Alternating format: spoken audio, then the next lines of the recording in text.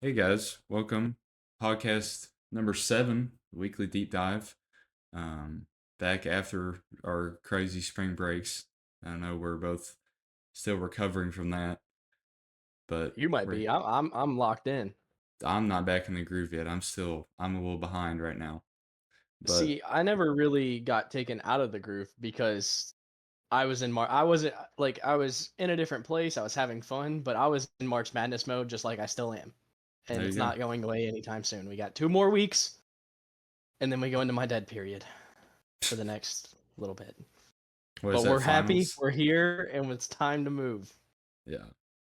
So we'll start off our top 5 news with the Bengals keeping Higgins and Jamar Chase. No one thought, I mean, the big talk was no one thought that the Bengals could keep Jamar and Higgins, but after I didn't think they would pay them. I thought they could keep them, but I just didn't think they would pay them. Um, Yeah.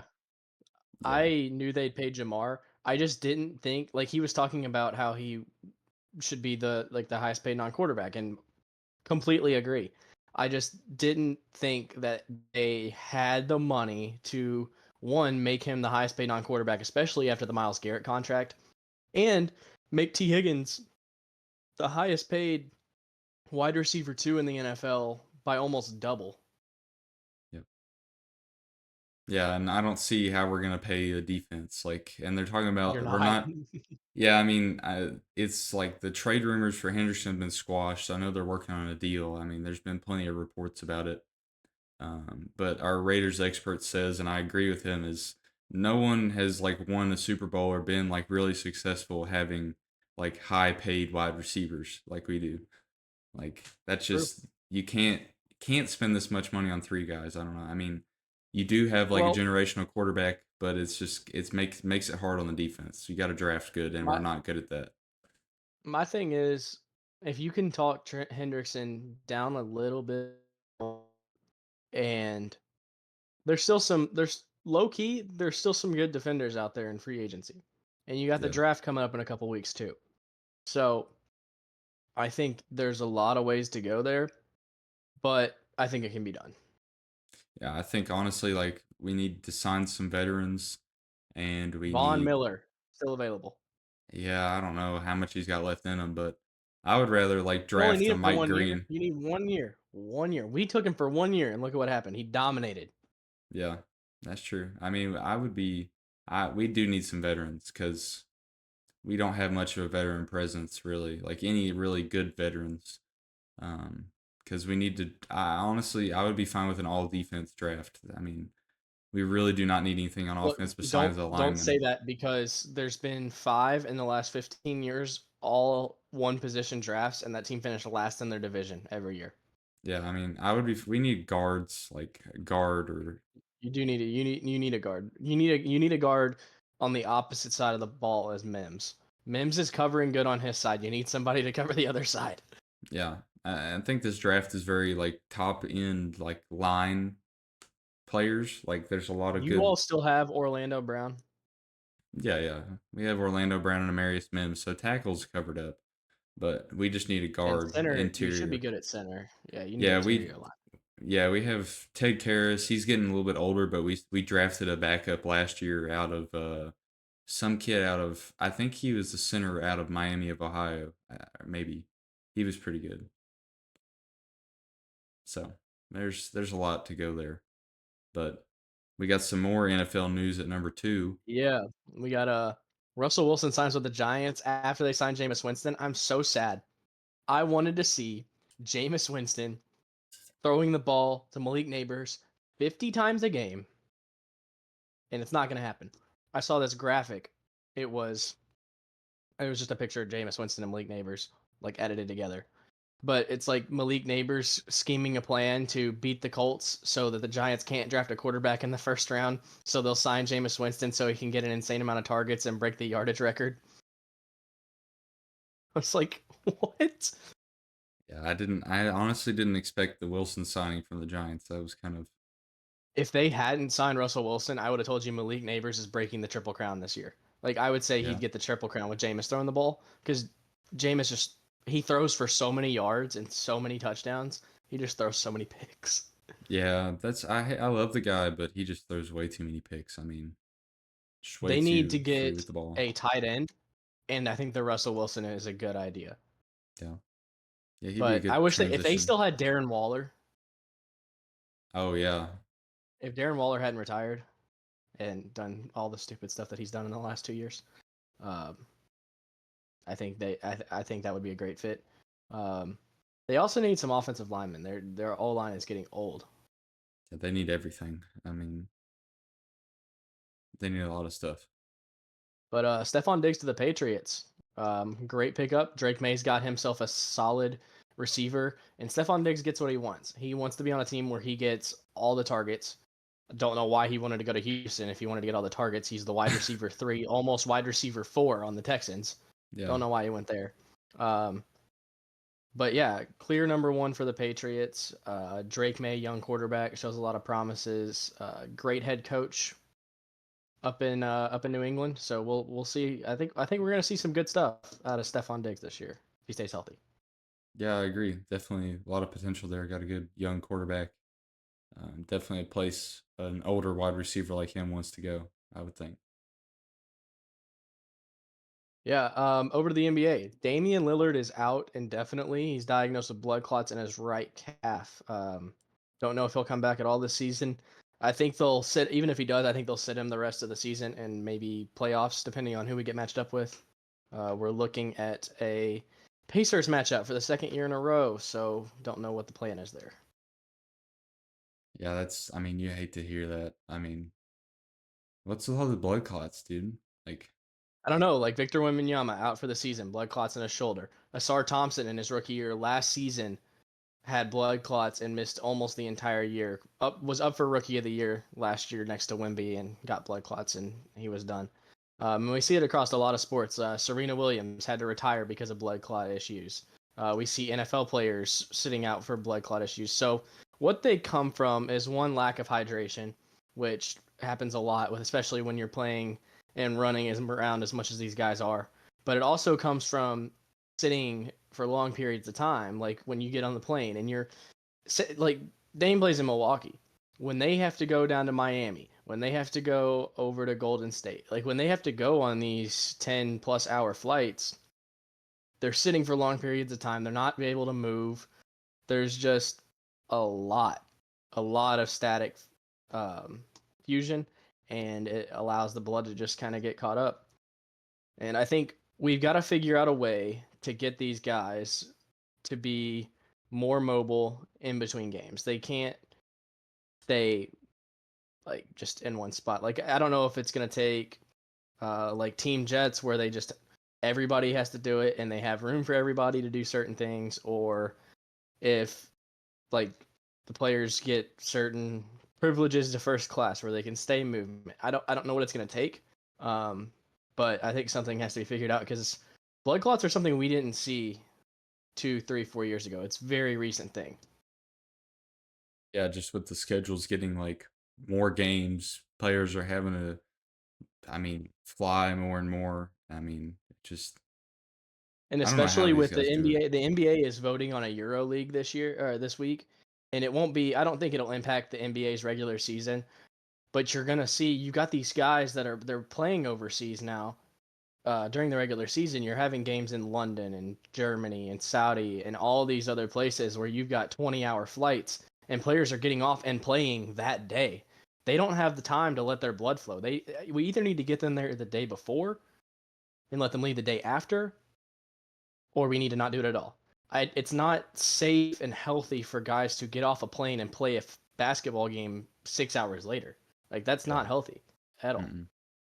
No, not enough time to rest for sure. Because I mean, these guys are always playing injury. Even NFL If players, they get it's a whole week if in it's like between a games. flight, like if the Bucks are playing in Boston and it's like a 2 hour flight, that's one thing.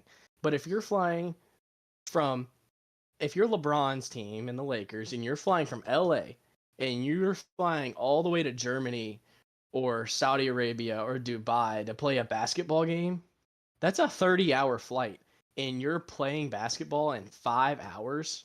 That's Yeah. not no, that's not okay. Yeah, you don't have time to like recuperate at all. Like that's just so much stress on your body. Yeah, there's a lot of things that's going on in the league right now that I'm sure I'll get into in a video at some point, that aren't great. And there's a saying going around right now: the NBA is flailing in its own pool.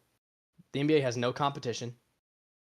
It has nothing trying to bring it down, and it's still somehow struggling and drowning in its own pool. Yeah. Like the NFL's thriving right now. College basketball's thriving. All the pro sports are thriving except for the NBA. LeBron, Steph, and KD retire, the NBA is in trouble. I don't know. They have to figure something out to get viewership back up. Victor Wembanyama is not going to keep viewership up. Especially he may never play again. Like they're talking about Wemby never touching the court again right now, and Yeah. he's 20 years old. I Like mean, the NBA's got to get it figured out. all these stars having problems. I mean, you got Wimby and Dame with the blood clots, and then a bunch of these other big stars are just getting too old to Like play. we're relying on guys that aren't going to be in the league very long to carry the viewership. Like Yeah. you can't like LeBron's going to bring in viewers. Steph will always bring in viewers. KD brings in viewers. They're gone. The next guys up are the guys that are flashy, but there aren't that. You got Ja, you got Anthony Edwards. Giannis is slowing down. Jokic is going to slow down. Luka's still like there, but you've got a select group of people that like Luka, like me. Like I don't care about those flashy guys as much. I don't care about watching them. I like to watch Luka because he's fluid with the game. I like you've got to find those guys that hit certain audiences. Like there's people out there that want to watch defenders, and there's only one or two good perimeter defenders to watch in the league right now. There's Drew Holiday and Herb Jones. There's nobody else. You've got to find those guys, and I think the guys that are in college and high school right now are going to do it. But there's going to be a gap in the next couple of years when these older guys retire before these young guys get in. And I think the big thing is Cooper Flag. I think he will carry the NBA's viewership in that drought that we're going to have. He's just insanely good. He's fun to watch. He can do everything. And I hope that the NBA plays this right. Um, and the team that gets him plays it right to where he gets the spotlight. Their record's good. They can make the playoffs. So because he's going to have to carry the viewership whether he likes it or not. Yeah, and I think a big part too with like the bad viewership is just like a lot of these 1 year, one and done. Like nobody really gets to see these guys develop in college for 4 years, and they don't I get will to say that. grow. Like they don't get to like have a connection with them. Like it's just kind of they're in the NBA for the money. Like it doesn't Yeah, seem like our they're passionate parents, about it. our our parents' generation is upset about that. So I talked to my dad about this morning. Our parents' generation doesn't like one and dones. And here's why. My dad doesn't watch the NBA because he doesn't know the players. Because he only watches them for a year in college. If Yeah, he like the guys that he likes in the NBA are the guys that he knows that are seniors that don't get as much playing time. Like guys like Antonio Reeves, he knows that guy. He played 4 years in college. Luca Garza played 4 years in college. Like these guys that played years in college, or guys that were around for a while, or just got really good really fast, are all we're looking at. The guys that are one and dones that didn't do that much in college, we're not seeing. The college basketball is what fuels the NBA, literally, and yep. like metaphorically, like literally college basketball puts players into the NBA. But people learn about who these guys are from college. Like Yeah, it's a big deal. when you see guys come from overseas and the first time we ever hear their name is in the draft, and they're already getting more fans than guys that have been in college basketball for a year, that's not okay. Like we've got like the college is doing everything it can, and the NBA is not doing anything about it. Um, and I don't think it'll ever change. Personally, I blame Adam Silver, the commissioner, um, and the board, but there's nothing that we can do about it. They're gonna do what they want to do. Yeah, I agree with you on that. We need LeBron to be the next commissioner, honestly. Like I don't like him as a player, but as a person and as a business mind, I think that he could get the NBA back on track. him, Chris Paul, someone like that. And maybe this is what Steph Curry's doing. He's getting this general manager job. Maybe this is going to put him in a position to take a position in the NBA. Possibly. Yeah. And I'd be here for it. I think players going into corporate positions for the league always works out great. Like I haven't seen it work out bad ever. Yeah. So Yeah, I think it's good. I mean, you see it like with coaches and stuff. Like, I mean, with Mark Pope just coming from, if you come from it, you kind of know how much it means and put more into it. So I think we need to transition into 4 and 5 here of our top 5 news. yeah, Cam Cadeau, probably the best shooting guard in the country, helped North Carolina make the tournament, win their first playing game, ultimately lose to Ole Miss. But he entered the transfer portal with his top locations from North Carolina. His top locations as of right now: Arizona, Illinois, Kentucky, Louisville, Syracuse. Top 5 locations as of yesterday when he entered the portal. I'd be ecstatic. I love him as a player. I don't know if you've seen him, but they were down 24 to Ole Miss in the second half. He scored 18 of their 27 on their comeback to tie the game up. Yeah, he's a special talent. We were talking about how much we need shooting guards here because a lot of them are Oh going to yeah, be gone after this year. So yeah, we're losing a lot. We'll take what we can get. We're gonna have to dish out some money for Cam, but I'd love to see it. yeah, I agree. I mean, And NILs, that's how you win nowadays. So we got to play the game. a day that I've been waiting for a while. I knew it was gonna happen. I was just waiting because I keep up with Dwight Howard a lot because he's one of my favorite players ever, probably. Uh, he's been playing overseas the last few years since he won a championship with the Lakers. And he's upset that he doesn't get recognition and everything. And all he does is the only time you see him in the media is when somebody is clowning him or calling him stupid. But the Magic, I don't know if they actually retired his jersey like I thought they would, but he entered the Magic Hall of Fame. So I love to see that finally getting some recognition for one of the best post defenders ever, if not the best post defender ever. Um, yeah, so congrats to White. Yeah, love to see that. I don't know much about him, but I've heard that name plenty of times before. So definitely deserves it. Yeah, and staying with the NBA, something I didn't think we would see after Jimmy Butler goes to the Warriors from the Heat. The Golden State went to Miami 2 days ago, or maybe last night actually, and the Heat thrashed them. The Heat never trailed. They were up by 10 almost the entire game. Tyler Hero was hot, hit multiple buzzer beaters, a couple half court shots. Tyler Hero was on something last night. Um, and Jimmy Butler's revenge game did not go very well.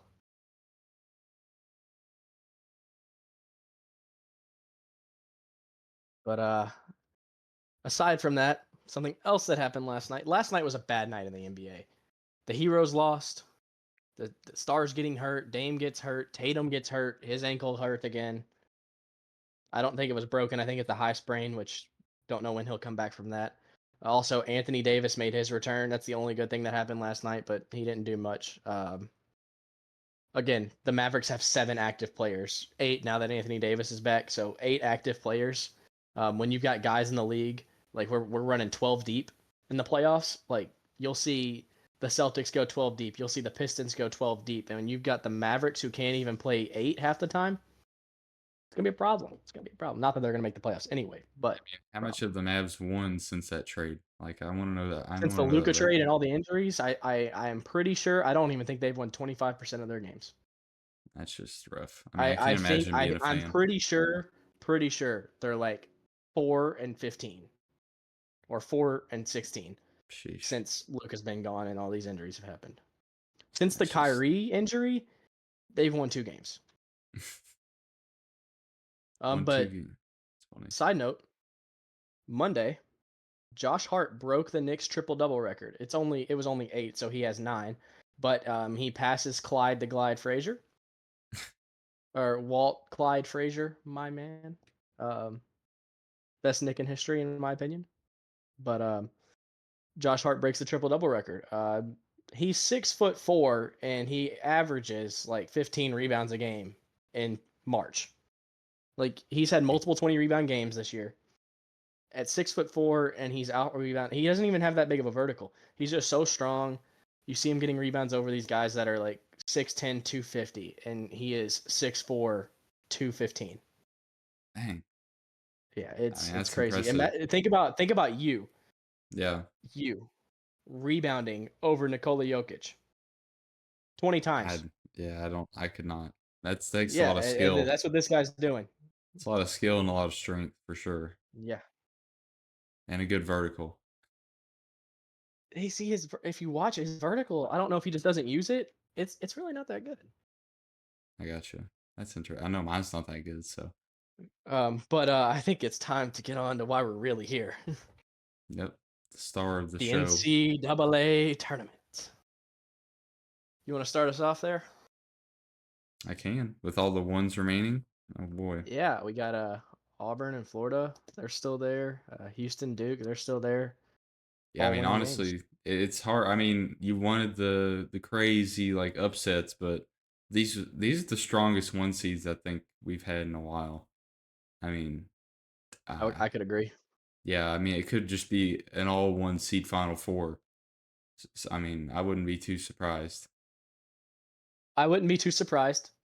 I would be a tad upset because I do have Houston in the Final Four in one of my brackets, but I also have Tennessee in my Final Four in one of my brackets. Yeah, Sorry, Cats. We'll get into the Cats in a minute. is Um, Houston's a one, right? yeah, I think Houston might be the most underrated one seed ever. Yeah, I think they're the weakest of them though. The weakest of the I don't four, think so. really. I think Auburn's the weakest one. Auburn is cocky. Auburn has had, I won't say an easy route because Creighton is a tough game, but they're the only one seed this tournament that has not won one of their games by double digits. They have won both games by single digits. All of the one seeds have won every game by 15 or more so far in the tournament.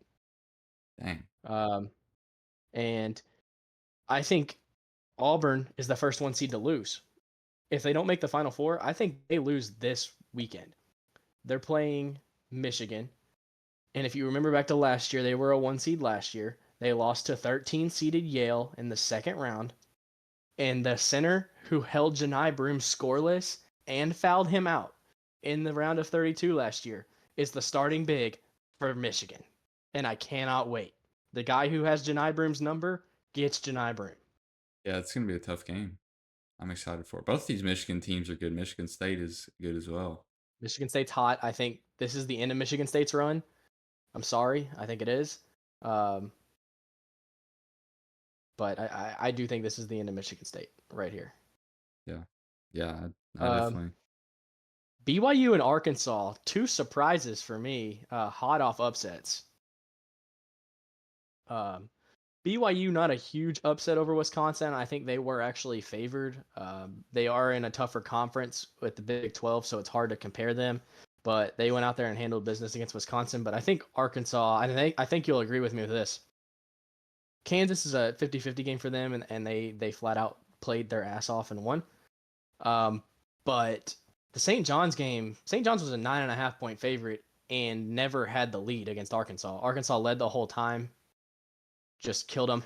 And I think what we need to look at here is Arkansas all season has embraced physicality. They want aggressiveness. They're asking for it. And St. John's is one of the most physical teams in basketball. And I think they met their match. Calipari has that team where they need to be. They're doing this without their best player. They beat probably the fifth best team in college basketball without their best player on the court. Yeah, And I think impressive. if Aduthiero was able to come back, I don't know, I haven't looked much into that. If Aduthiero comes back, Arkansas could be your national champion because they're playing such good basketball without him. I think if he comes back, it might be a wrap. Yeah, I mean, it's kind of scary. I mean, I did not expect this. I predicted a first round upset, but I did not expect them to make the 16. Um, Yeah. yeah, I was St. John's just kind of Is looked kind of they weren't ready for that. They weren't ready to get punched in the mouth, and they sure did. Is it just me, or has the SEC kind of underwhelmed this tournament so far? What do you mean? The first 5 SEC games of the tournament, there were no wins. The 1 and 2 seeds are the only SEC teams to win outside of Arkansas. Um, Auburn's underperforming. Florida's the only one that's really impressed me. Tennessee has had 2 easy games, probably the worst UCLA team I've ever seen in the tournament, and Wofford was probably the worst team to make the tournament. Um, we have played great, but our Yeah. competition hasn't been that great. Like Illinois is a good team, but I think you put them against Florida or Tennessee, it's the same outcome. The lower SEC teams that everybody's like, oh, these guys are good, haven't done much. A&M kind of got throttled by Michigan there in the second half. Missouri got sloshed. Um, Yeah, the Missouri let's game was see. a shock for me. I See, had I them had them going in my pretty Sweet far. 16. Yeah. I had them in my Sweet 16, and it kills me. I think I had I them think in it the Elite was 8. I can't remember. Elite Eight is crazy. I liked I mean, how they were Missouri's good. playing. They're Yeah. they're good. And they were putting a run together there at the end of the season. I thought that momentum would like transfer into the tournament, but it really didn't. I mean, we saw like Missouri and Kentucky, they brought two completely different teams into the tournament. It was Yeah. like it was kind of a shocker. Let's go through and do our picks for tomorrow and Friday. BYU Alabama, who you got? Um, I mean, I got to stick with Alabama. They dominated us this season, and they're too strong. I don't I think want to they have see a the legs. Alabama Duke game in the Elite Eight, so I'm taking Bama. Yeah, I like that. I, I'm I want to see taking Grant Nelson. I hate Grant Nelson with a passion. I want to see Cooper Flag drop 30 on him. dang. Yeah. Yeah, I would love to see Alabama lose, but I don't know. It's gonna be hard to beat them for sure. But I'm taking Florida in Florida, Maryland. I think Florida's hot, and Clayton. I mean, I Walter Clayton's just the best player in the country, and you can't change my mind. yeah, I agree. He's really strong, so I'm To got to stick with beat Florida. down to a two-time defending national champion by 10 with 3 minutes to go, and you put the ball in the hands of one guy, and he scores 12 straight on 6 for 6 shots to give you a 2 point lead with 30 seconds to go, again, against a two-time defending national champion. I don't care how bad you are, what seed you are, who you lost, who your coach is. If you're a two-time defending national champion and you get beat no matter where it is and when it is, it's something to watch. It's something to look at. And Florida was having a bad game, something that they needed to get out of the way early, and I'm glad they got it out of the way now. Um, I'm talking about them like I'm a fan, but I have money on them. They're in my brackets that I also have money on in certain groups. There's punishments involved if I lose, and I'm on the cusp of losing unless Florida can pull out a win this weekend. Um, He's got himself in a Go hole. Gators. Yeah, yeah, I definitely think they'll win. What do you think about Duke, But Arizona? yeah, I like Caleb Love. Caleb Love is a very good player for Arizona, but it's Duke we're talking about here. They're so fluent. They have not lost a game since February 3rd. Longest streak in basketball right now on winning. Um, I don't see them slowing down anytime soon. They're in the I think they're in the championship, and I don't think it's close. I agree with you there. Their I'm hardest game taking will be this game. I think this is their hardest game, and if they make it past here, I think they go all the way. I'm taking Arkansas against Texas Tech because I'm taking the upset as well. yeah, People talk about Arkansas's not physical enough for Texas Tech. Again, I'm telling you, Arkansas wants physicality. They have welcomed it against Kansas. They made Hunter Dickinson look stupid. They welcomed it against St. John's, made the best defensive team in the country. They shot the best percentage that anyone has on St. John's all year. yep, And St. John's played in the Big East where they are the best shooters in the country. And now they're playing yeah, Texas Tech, who is one of the best defenses in the country, which we just saw what they did to St. John's.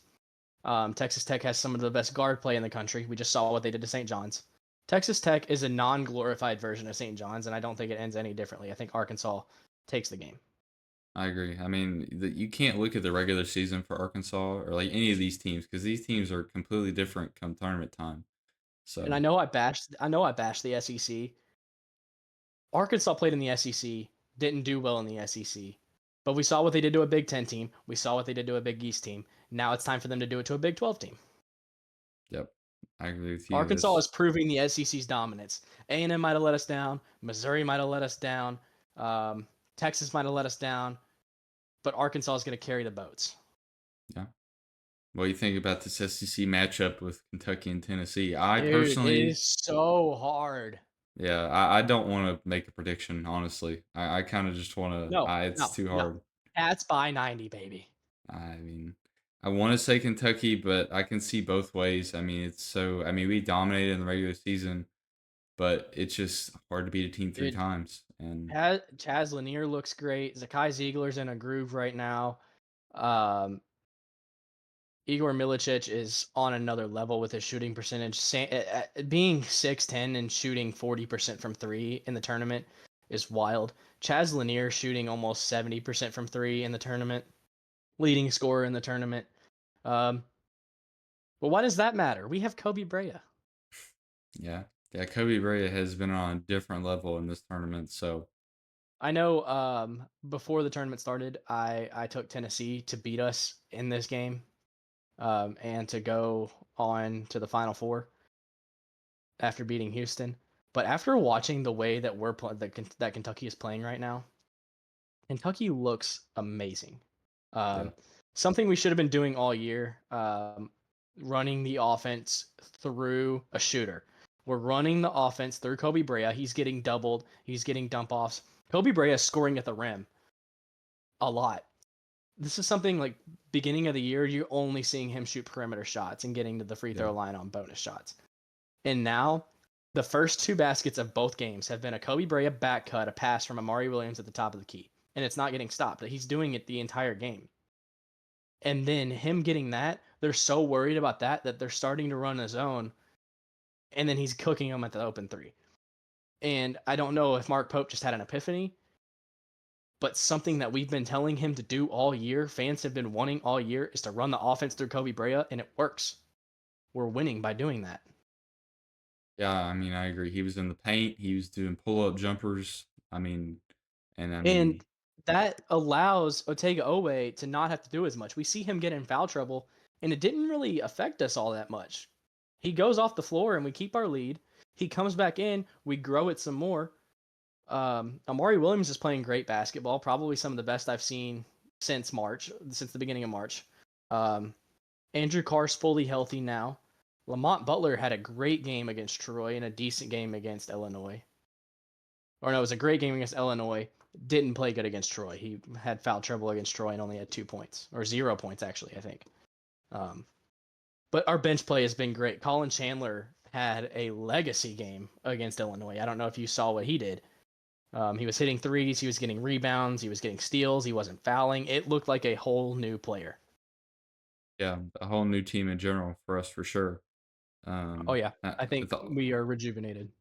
I agree. I'm taking Ole Miss against Michigan State. I think Ole Miss is Dude, on a roll. this is probably the hardest game for me to choose. Ole Miss is on a roll. They're also one of the teams that is surprisingly carrying the SEC that I didn't see happening. Um, and I'm gonna take the upset. I'm taking Ole Miss as well. Yeah, I'm a big SEC. I mean, UK's in the SEC. I think the SEC's strong, and I like picking SEC. So, what about Auburn, Michigan? What you got? I think this will be the closest game of the weekend. Yeah. Um, I think it's gonna come Wow. down. I think Michigan's gonna win the first half. I think Michigan is up 2-5 at the end of the first half. Janai Broom's gonna have a bad first half, but he's gonna come out in the second half, and he's gonna prove that he is still one of the best players in the country. Before the tournament started, I said it on podcast week after week after week that he is the best player in the country. He is not the best player in the country anymore. He is number 3 at best, behind Flag, behind Clayton. But he's still a great player. But he's got probably one of the best guard duos in the country in Chad Baker Mazzara and Miles Kelly, who are combined shooting 60% from the field, 40% from three. He's got a dual big man lineup, and I think Bruce Pearl gets his team to the Elite Eight. I like that. Yeah, because I can't. I was gonna pick Auburn too because I don't want to see Michigan go any further. Because go Ohio I State. don't I don't like Michigan. I know you don't like Michigan. Yeah, I don't like Michigan. What are we thinking on the Purdue Houston? I mean, this is a tough. I don't know much about Purdue, so what do you think? Braden Smith, baby. What's your pick? I think this is the biggest blowout of the weekend. I think Houston wins by up to 20 and no less than 10. I Dang. think Purdue is the most overrated team in the tournament. And I know people will call me a hypocrite for saying that because I said they were going to win the Big Ten. But after watching them in the Big Ten and watching them up to this point, I think they're the most overrated team out there. They are one dimensional. They have one player that is basically carrying them week in and week out. Yeah, that can't And hold you forever. Houston is different. They are unconventional. They have probably, I think, the best coach in college basketball, in Kelvin Sampson, and they look awesome right now. Yeah, we'll roll with Houston. I like that. You ready for our all tourney lineup draft? Yeah, we're gonna do 5 players. If you don't know their position, just tell me the player, and I got you. You want to go first? Do you want me to go first? I'll go first. Okay. Give me Kobe Brea. Kobe Brea at your 2, I'm guessing. Yeah, I like it. I need a good shooting guard to start off. You've already sold the draft. I'm taking Walter Clayton at my 1. Let me see here. I'm gonna take. Yeah, I do like the Walter Clayton. I mean, I gotta go with Cooper Flag. I don't know how he made it this far. Cooper Flag at your 4. You're gonna take Flag. I'm gonna take Broom and put him at my 4. And take Broom. Okay. For the spirit, for just how hard he plays, I'm taking Owe. Take away. I just love his heart, and he's wanting to get to that championship game. All right, give me.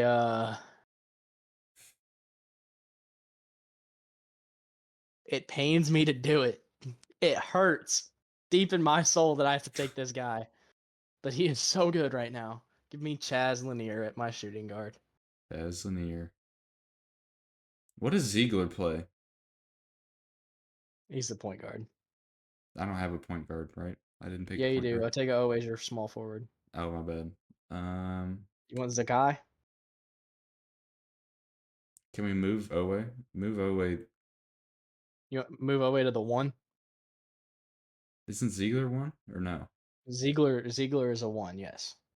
Put Ziegler at the one. Yeah, that's what I thought. I had Otega Owe at your 3. Oh, I thought you said.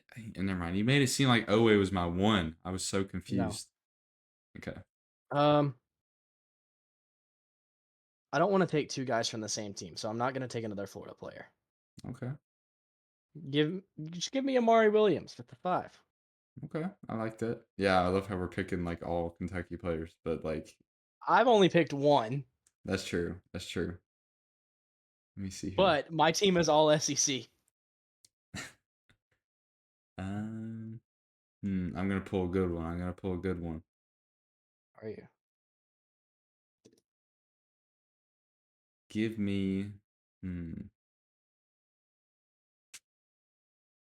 I gotta think.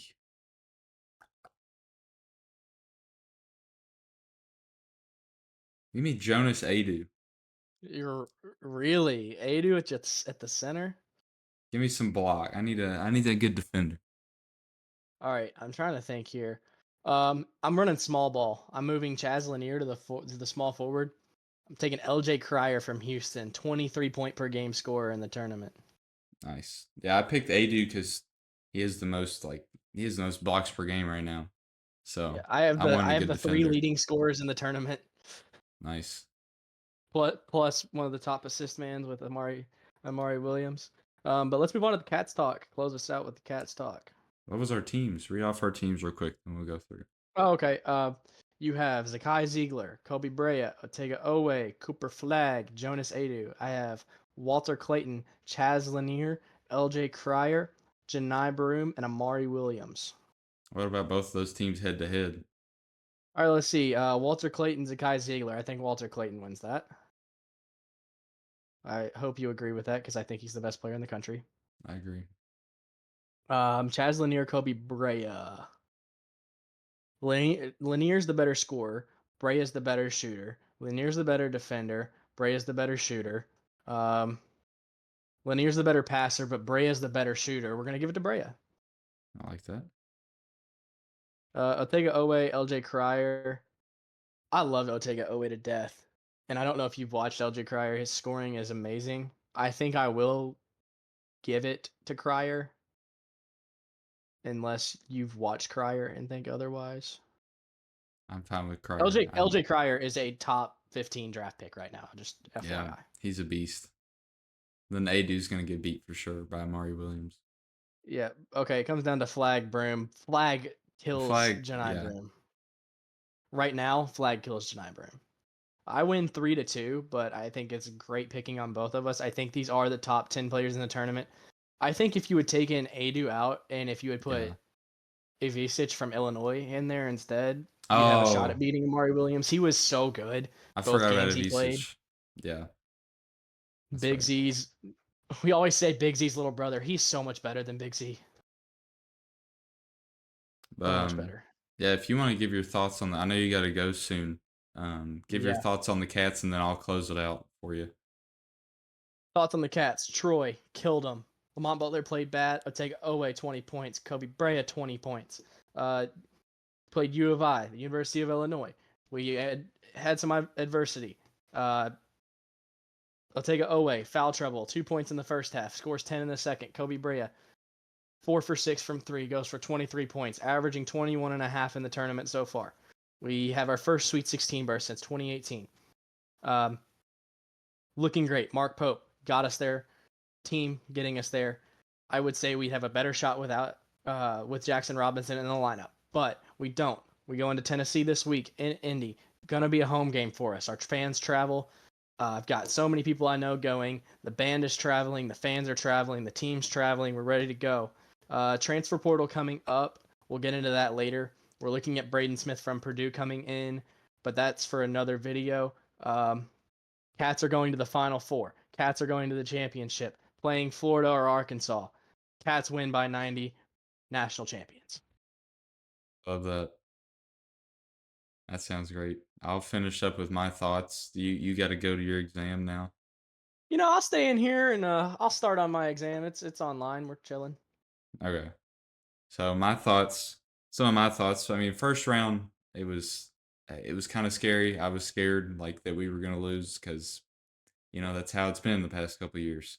Um, but blew out Troy and blew out Illinois. Illinois, I was not. I mean, Illinois wasn't a blowout, but I wasn't expecting to pull ahead of Illinois as much as we did, and we just kept putting it on, and we didn't let up. Usually, I was waiting for the spot where we just fell apart, and that did not happen. So I was very very happy about that. This is definitely a different Kentucky basketball team than we've seen all year. Maybe like early in the year whenever we beat Duke and Gonzaga. Uh, but with all the injuries, we hadn't seen this team in a while. So it's very refreshing to see this team. Exciting basketball to watch. Exciting tournament basketball that we haven't seen in a while. So I mean, you love to see it. And I guess my prediction for the Tennessee game, uh, I mean, it's gonna be very close. But I think we pull it out because these players, just there's a different kind of fire that's in them, like to win these games. And I think Mark Pope's doing the right things, um, and hoping get us to the Elite Eight. I mean, I would be overjoyed for an Elite Eight appearance. I mean, it's been way too long, way overdue. So, you know, I think that concludes my thoughts. You got anything else to say, Landon?